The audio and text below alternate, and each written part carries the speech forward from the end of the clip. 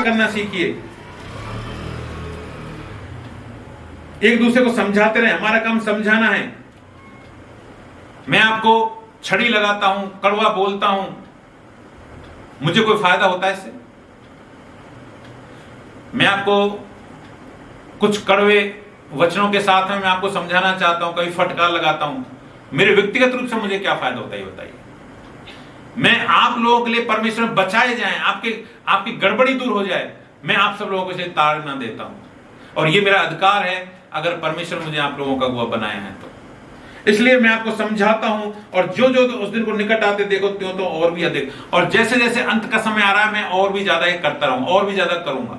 याद रखें, मैं और भी ज्यादा आपको ताड़ना के साथ, फटकार के साथ, वचन में मजबूती के साथ आपको सिखाऊंगा। चाहे आप एक व्यक्ति मेरे साथ खड़ा है या 1 करोड़ लोग खड़े हैं, सेम सबको एक तरह से करूंगा, क्योंकि ये मेरा ड्यूटी है, ये मेरा ड्यूटी है। परमेश्वर ने जो मुझे ड्यूटी दिया है, मैं ड्यूटी में नहीं करूंगा तो मेरा न्याय परमेश्वर करे, नहीं चाहता। मेरा प्रेम यह है कि मैं आपको डांट लगा के, छड़ी लगा के, मार के, पीट के वापस आपको पढ़ना सिखाऊं। अगर जिस माँ बाप ने अपने बच्चों को पीटा, जिन माँ बाप ने अपने बच्चों को बड़े प्यार से किया, बेटा कोई बात नहीं, सो जा बेटा, छड़ी नहीं लगाना, माँ पीटने नहीं देती उसको, और बढ़िया तेरे को क्या चाहिए, गाड़ी की जगह गाड़ी, घोड़े की जगह घोड़ा, वो बच्चा आज तक कोई सफल नहीं हुआ, उसकी नौकरी के लाले पड़ गए, शादी नहीं हो। याद रखिए, आप अगर छड़ी लगाने वाले माँ बाप नहीं है ना, तो आपके बच्चे फेल, आपने अपने बच्चों का जीवन बर्बाद कर दिया। आप अच्छे पिता नहीं, आप अच्छी माता नहीं आप। यही बात कलीसिया पर लागू होती है। अगर मैं आपको छड़ी लगाना नहीं जानता, आपको पीटना नहीं जानता, आपको मैं वचन के द्वारा आपको सिखाना नहीं जानता, तो मैं अच्छा अगुवा नहीं हूं, मैं आपका अच्छा पास्टर नहीं हूं, और मुझे कोई अधिकार नहीं कि मैं आपको फिर उसके बाद में बोलूं, प्रभु मैंने तो इतना सिखाया था, अरे हे दुष्ट तू चले जा मेरे सामने से, तूने किसी को नहीं सिखाया, तूने बर्बाद कर दिया मेरे बच्चों को, नरक भिजवा दिया सबको। ये लांछन मुझ पर लगे, मैं कभी नहीं चाहता। इसलिए मेरा अधिकार जो है, प्रभु ने मुझे ड्यूटी दी है, वो मैं कर रहा हूं। मेरे साथ अगर कोई भी कलीसिया, मैं अकेला हूं तो अकेला ही मैं प्रचार करता हूं, मुझे 1000 लोगों की जरूरत नहीं है। याद रखिए, मैं 15 साल से एक कमरे में 5 लोगों के साथ सेवा करता हूं। मुझे 1000 लोगों का लालच नहीं है, मुझे दान दशमांश का लालच, मुझे कुछ नहीं चाहिए मुझे, लेकिन प्रभु ने जो मुझे टीचर बनाया है, तो मैं टीचर बनके लोगों की सेवा करता हूं। हालेलुया। मैं आपको चेतावनी दे रहा हूं यीशु मसीह के नाम से, सब बातों का अंत होने वाला है। बार बार ये वचन कहता है, और वचन की मैं भविष्यवाणी कर रहा हूं। मैं कोई ऐसी भविष्यवाणी नहीं कर रहा कि तुम्हारा धन आ जाएगा, तुम्हारा वीजा लग जाएगा, या तुम्हारे घर में करोड़पति। मेरा ये भविष्यवाणी मेरे पास नहीं है। मैं तो वचन के द्वारा, जो वचन बोलता है वही भविष्यवाणी को वापस रिपीट करता हूं। वचन कहता है कि सब बातों का अंत तुरंत होने वाला है। सब बातों का अंत तुरंत तुरंत तुरंत होने वाला है। अभी समय नहीं है। पहला पत्रस 4 अध्याय 7 वचन और 17 वचन, 2 वचन को आप आज रात में देखना, पढ़ना, रिपीट करना, आपको पता चलेगा। लिखा है, क्योंकि वह समय आ पहुंचा है जो हम, जिनका बारे में प्रभु ने हमको सिखाया कि समय निकट है। तो वो समय आ पहुंचा है कि पहले परमेश्वर के लोगों का न्याय किया जाए। पहले न्याय किसका होगा भैया, भाइयों बहनों? पहले न्याय किसका होगा? हमारा होगा, हमारा न्याय होगा पहले। और वचन में लिखा है कि जब न्याय का आरंभ हमसे ही होगा तो क्या अंत होगा जो परमेश्वर के सुसमाचार को नहीं मानते। अरे न्याय हमसे होगा जो प्रभु को मानते हैं, हमारे ही द्वारा सब कुछ न्याय किया जाएगा, हमारा ये। तो ऐसे लोगों का क्या हश्र होगा जो प्रभु को मानते ही नहीं है। सोचिए, न्याय हमारे से चालू होगा। आजा भैया लाइन में, विश्वासी है तू, आजा पहले चल, तेरा न्याय करते हैं। लेकिन सोचिए, जो सुसमाचार को मानते नहीं है, उनकी क्या हालत होगी, उनकी क्या हालत होगी। सोच लीजिए, ये वचन आज के अंत के समय के लिए है। 2 वचन को ध्यान से देखिए, सब बातों का अंत तुरंत होने वाला है और न्याय का आरंभ हमसे होना। इन दोनों वचनों को मिला दीजिए, इन दोनों वचनों को मिला दिए, एक वचन बनाकर फिर पढ़िए आप इस वचन को। सब बातों का अंत तुरंत होने वाला है, और जब न्याय हमसे ही होगा तो औरों का क्या होगा। लास्ट वचन हम पढ़ेंगे, आज के संदेश को समाप्त करेंगे, ठीक है। प्रकाशित वाक्य 22 का 10।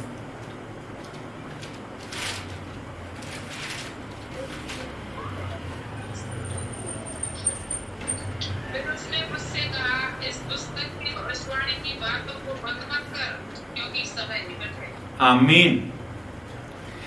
देखिए, ये वचन प्रकाशित वाक्य की लास्ट पुस्तक है और उसका लास्ट अध्याय है, और उसमें ये 10वां वचन है जो कहता है इस पुस्तक की भविष्यवाणी की बातों को बंद मत कर, खोल दे। अब कोई जरूरत नहीं है बंद करने की, अब लॉक लगाने की कोई जरूरत नहीं है, खजाने को बंद करने की कोई जरूरत नहीं है। यूहन्ना से कहा पर अब खोल दे, कोई जरूरत नहीं है, सबको जानने दे क्या होगा।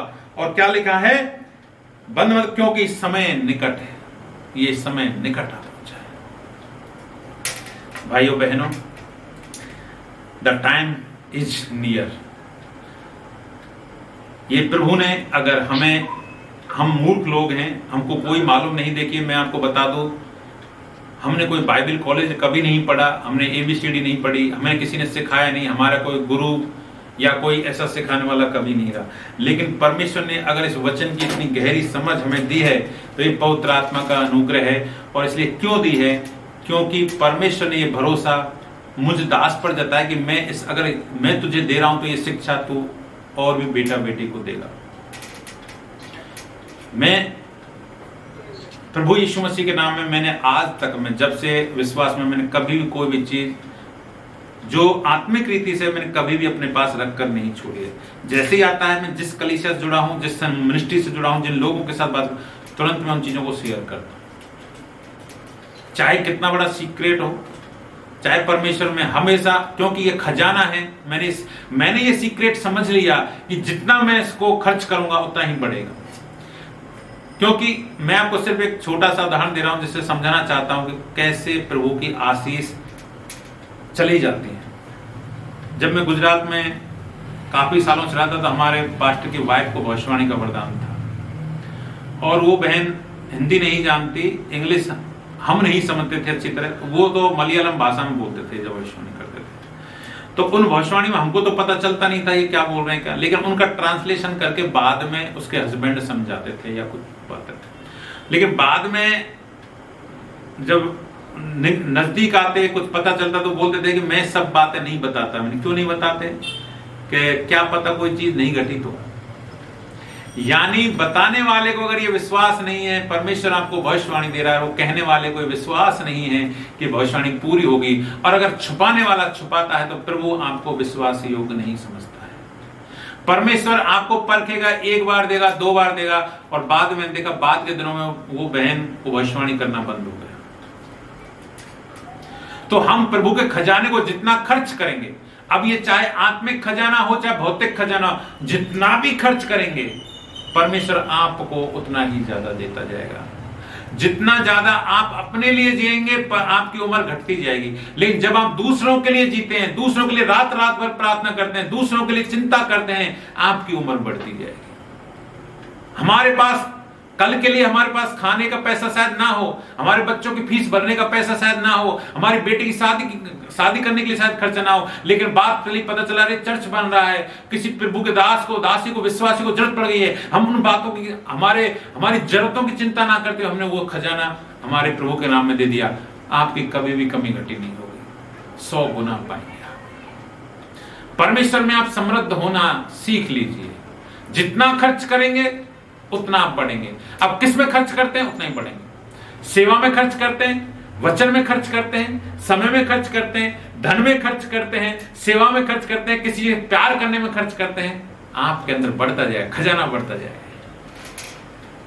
ये और इस खजाने को खर्च करने का समय थोड़ा है। देखिए, अब समय नहीं है आपके पास। आज 1000 करोड़ रुपए हो और सुबह तक का समय नहीं हो तो कहां खर्च करेंगे भाई साहब? आपको 1000 करोड़ रुपए करेंगे क्या? 1000 करोड़ रुपए कोई आपको दे दे कि बस सुबह तक का समय है, तू तेरी मर्जी कर ले, कुछ भी खर्च कर ले। अरे क्या करना है 1000 करोड़ रुपए का? मेरी जिंदगी नहीं बचेगी सुबह तक। तो नहीं चाहिए सब पैसा। खर्च करने के लिए भी हमारे पास समय होना चाहिए। अभी समय नहीं है, समय निकट है, थोड़ा है। सब बातों का अंत होने वाला है, तुरंत अंत होने वाला है, और न्याय हमसे चालू होगा। बस ये चाबी है आज की, पकड़ लीजिए इसे। अपनी प्रार्थनाओं को बदल दीजिए। आपने जो अभी तक सोच रहे थे मैं ये प्रार्थना करूं, आपकी प्रार्थना को चेंज कर दीजिए, आपका जीवन चेंज हो जाएगा। हालेलुया।